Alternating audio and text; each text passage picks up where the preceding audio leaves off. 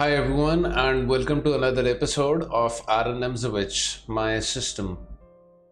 The customary quote, "Get busy living or get busy dying," from the American author and one of my favorites, Stephen King. A brief review of the last part, where we started chapter 3, The Isolated Queen's Pawn and Their Descendants, part 2 of the book, Position Play, and discuss the topics introductory, the dynamic strength of the Isolani as an endgame weakness, the Isolani as a middle game weapon, advantages and drawbacks of the Isolani, and how the Isolani may lead to reflex weaknesses, all with illustrations from Nimzowitsch.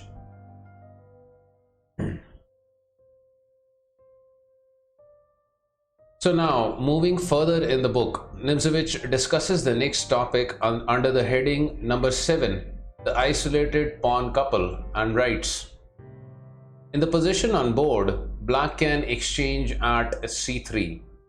If in the sequel, black succeeds in holding back white's pawn at c3 and pawn at d4, and finally in blockading them absolutely, black's otherwise rather doubtful strategy, knight takes on c3, will have been justified. For to have the pawns tied down in their own camp and close to the frontier will worry white quite a bit. The one trouble for white, namely the obligation to keep the pawn at c3 and pawn at d4 protected, will be aggravated by the other, a cramped terrain. The pawns blockaded on c3 and d4, and only these, are what I call the isolated pawn couple. A good example is met with in game number 11, Thomas versus Alekhine. An essentially different picture is met with when the beleaguered player succeeds in advancing their c-pawn. We then have the pawns at c4 and d4. These pawns we no longer call an isolated pawn couple, but designate them as hanging pawns. It will not be difficult to decide where the preference lies between the isolated pawn couple, which has as a rule but slight mobility, and the two hanging pawns. It stands to reason that hanging pawns are much to be preferred, if only for the reason that they imply threats. And even if these should prove to be only apparent threats, which is after all what we might expect, nevertheless, a doubtful initiative is always better than a passivity which is dead beyond all manner of doubt, as we have discovered in the case of a blockaded isolated pawn couple in game number 11. Please note that we will go through game number 11 towards the end of the video series, along with any other remaining games from the illustrative game section. Nimzowitsch continues.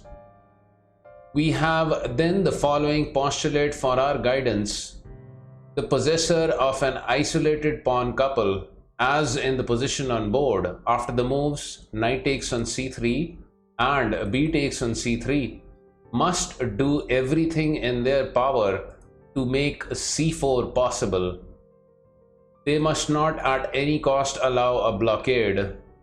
They must regard the awkward formation pawns at c3 and d4 as a transition stage to the mobile structure pawns at c4 and d4, with its eternal threat of c5 or d5.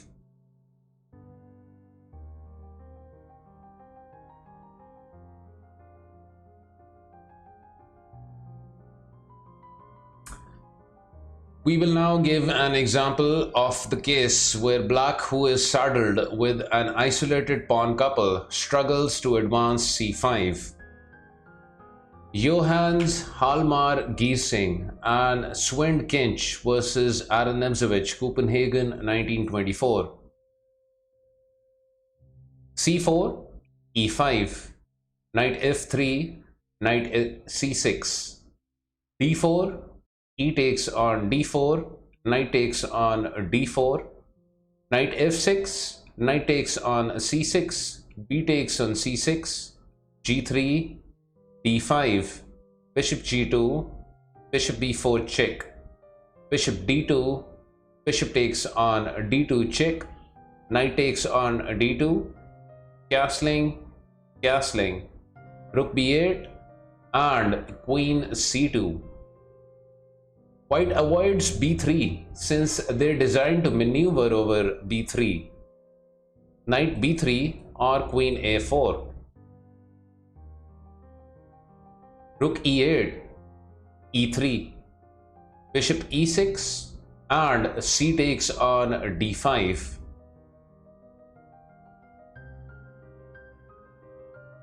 Knight b3, d takes on c4 and knight d4 was also to be considered. So c takes on d5 and c takes on d5. Black has now the isolated pawn couple in question.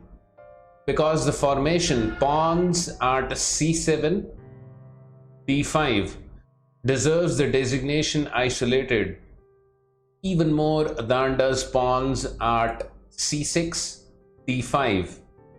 He therefore quite rightly tries to make c5 possible.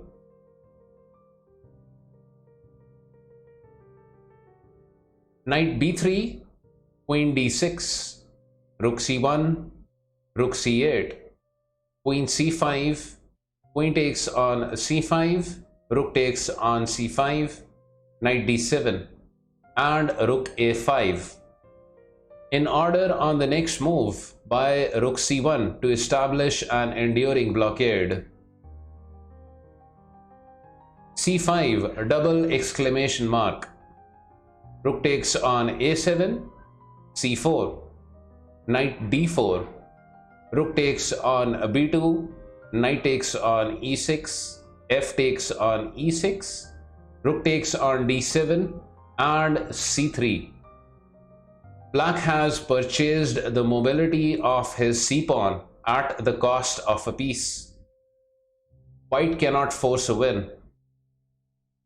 Bishop h3, c2, bishop takes on e6 check, king f8, rook f7 check. Bishop f5 was also possible. So rook f7 check, king e8, bishop takes on c8, rook b1 check, king g2 and rook takes on a1. Or c1 queen, rook takes on b1, queen takes on b1 and rook f4.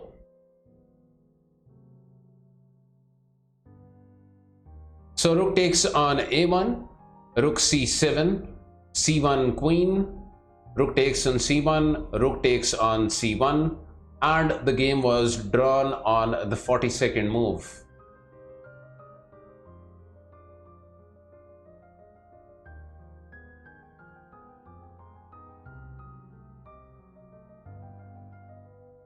Moving further, Nimzowitsch discusses the next topic under the heading number 8, hanging pawns, their pedigree and what we can learn from it, the advance in a blocked position.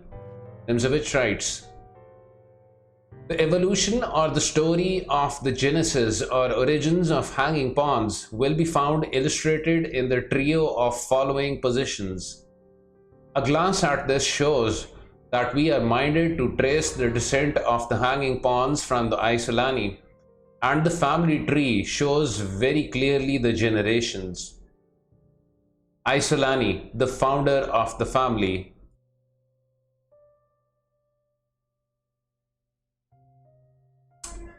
Isolated pawn couple.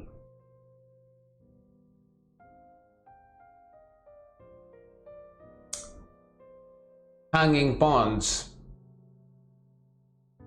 This view, the soundness of which is demonstrable, serves us in good stead, for it will enable us to compare the hanging pawns with their anything but distinct moves, with their grandpapa, the Isolani, whose motives are more plain.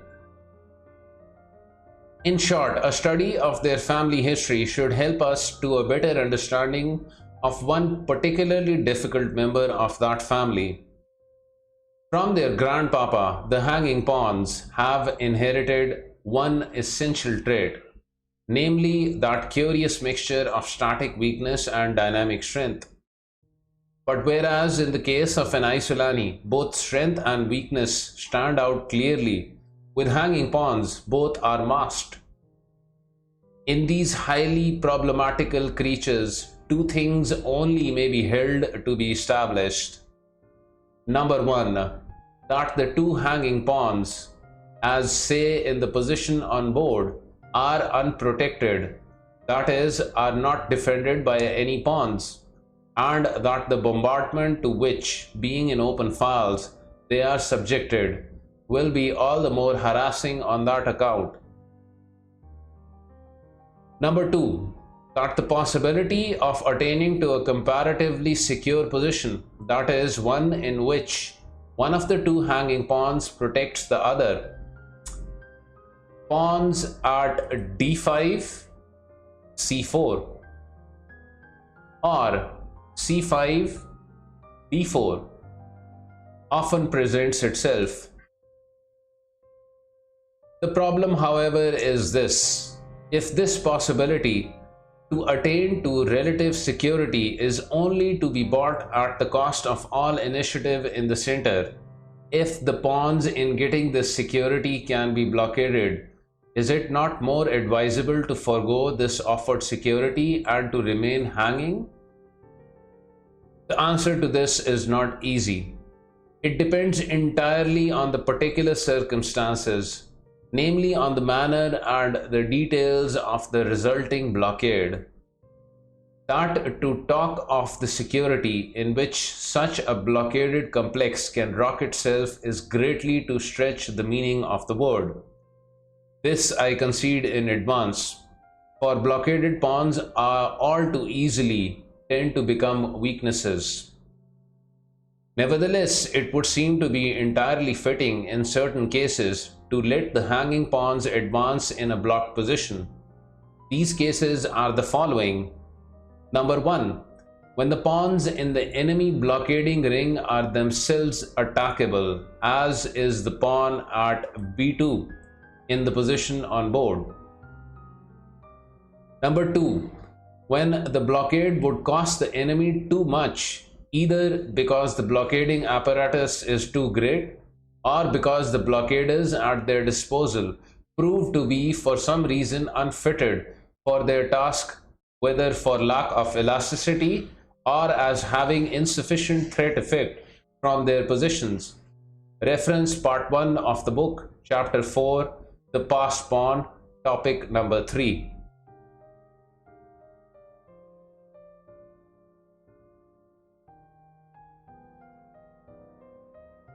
As an antithesis or opposite view to this, we may point to these two positions on board.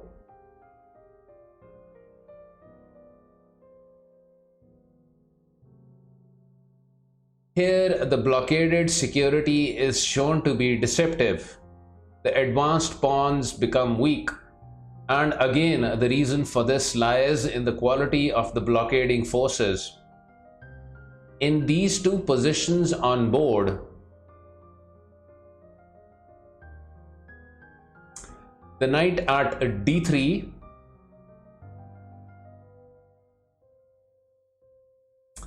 and the king at d3 are respectively excellent blockaders, which sufficiently accounts for the miscarriage of the attempt to save the situation.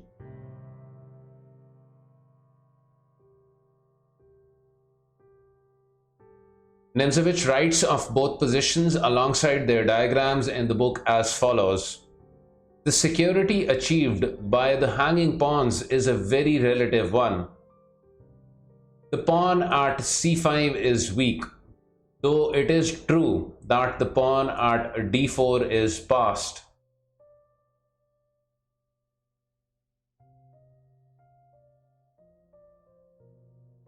The pawn at d4 is the product of two hanging pawns. Many moves ago, there occurred d4. E takes on d4 and c takes on d4. The pawn at d4 will now be blockaded by king to e2 to d3. White gets the advantage. Nimzowitsch continues. The truth seems therefore to lie in the following statement of the case. Just as our judgment on the Isolani pawn at d4 depended on the greater or lesser degree of initiative to which the Isolani could lay claim. Of course, the outpost station which the Isolani supports must have some value.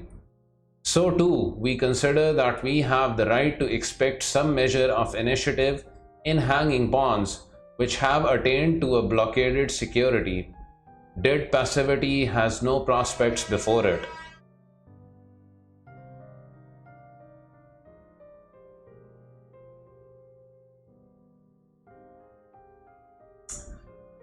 We will now give some examples.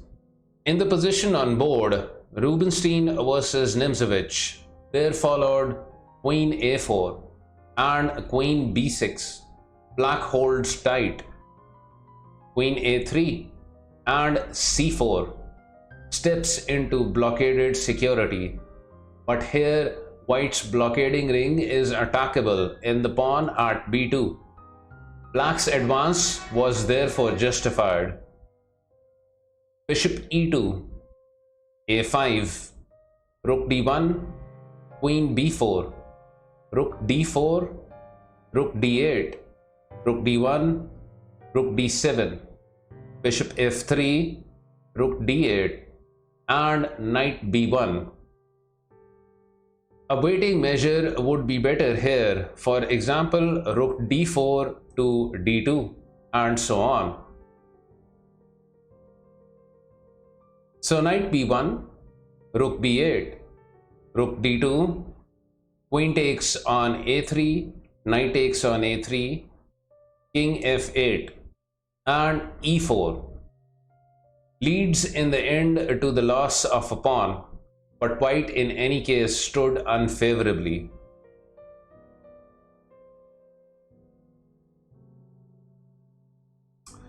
The equilibrium which still existed at the 21st move here, the weaknesses of the pawn at d5 and the pawn at b2 balanced one another, has been clearly disturbed.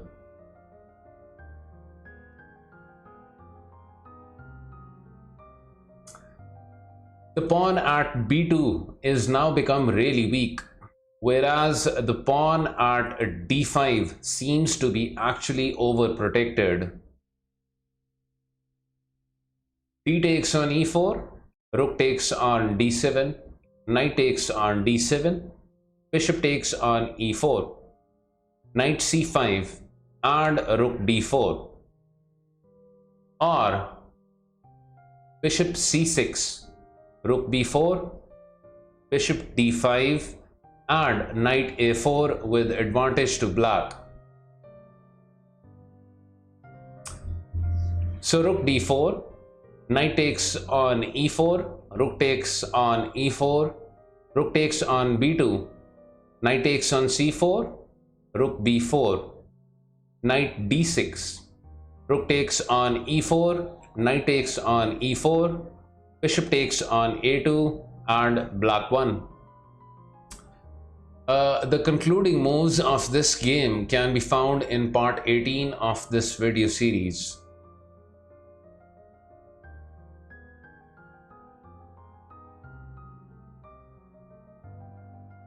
Nimzowitsch continues.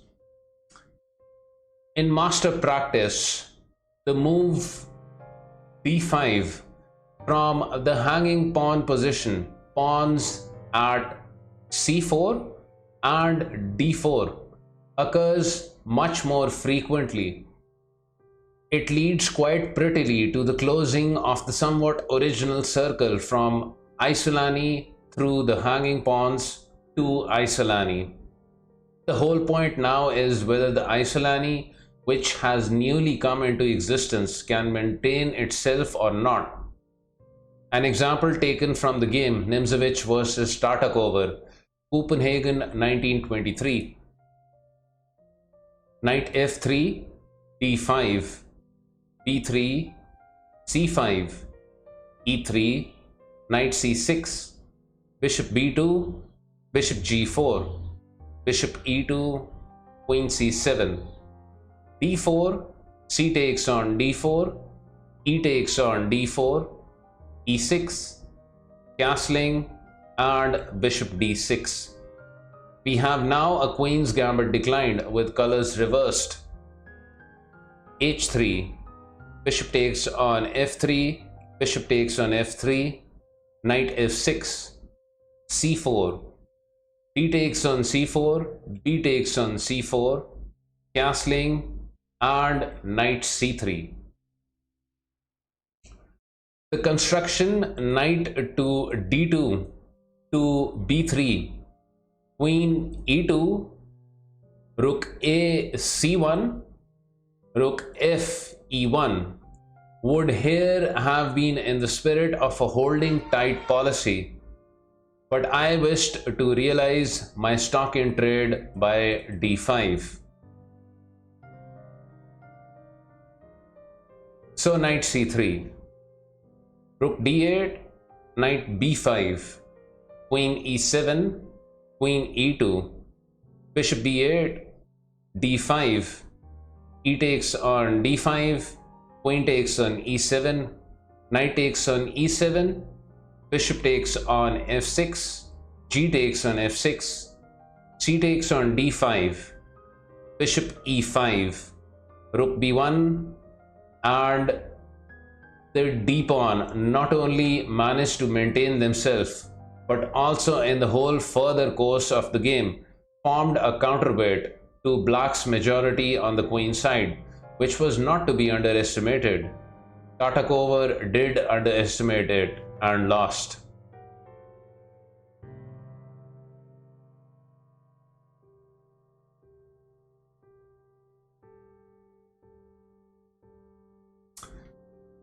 The game from which the position on board was taken did not run so comfortable a course for the possessor of the hanging pawns. The game proceeded.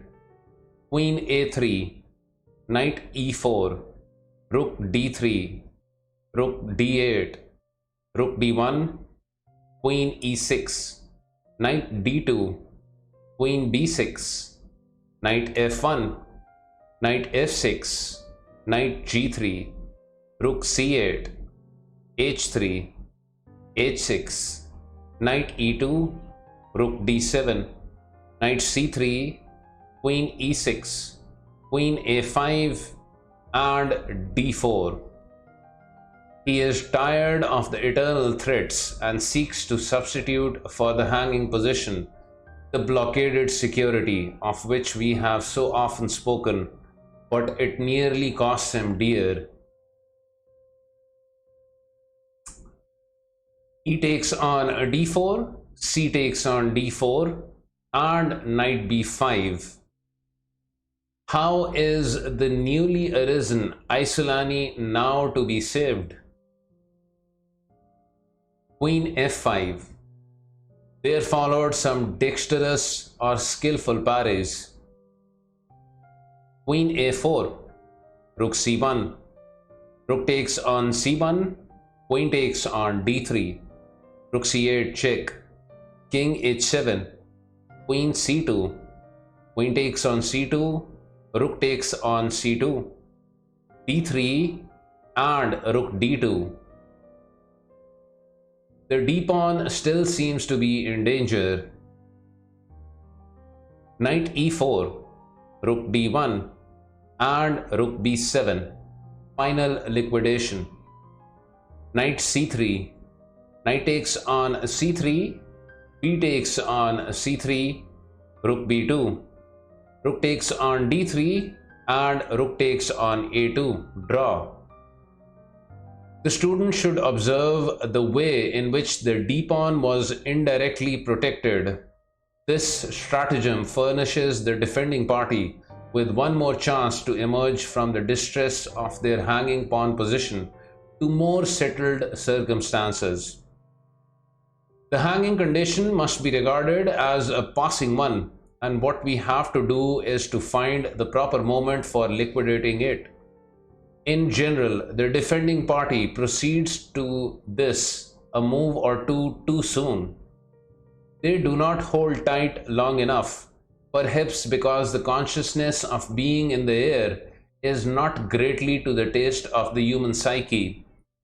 But if you have it in mind to realize your hanging pawns, do not do it unless you can sense behind the blockaded security which you crave a glimmer of an initiative. Never let yourself be drawn into a dead blockaded position. Rather, remain in the air. Other games illustrating this chapter are numbers 36 and 37 of the illustrative games section.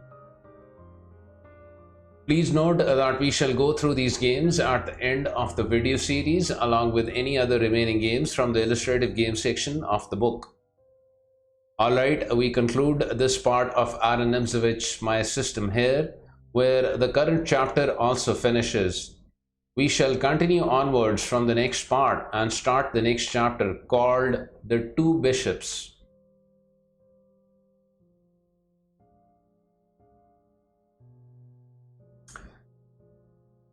Here is a look at the recent channel support from my Twitch stream. A couple of new supporters, iglookid and Jamie CJ58.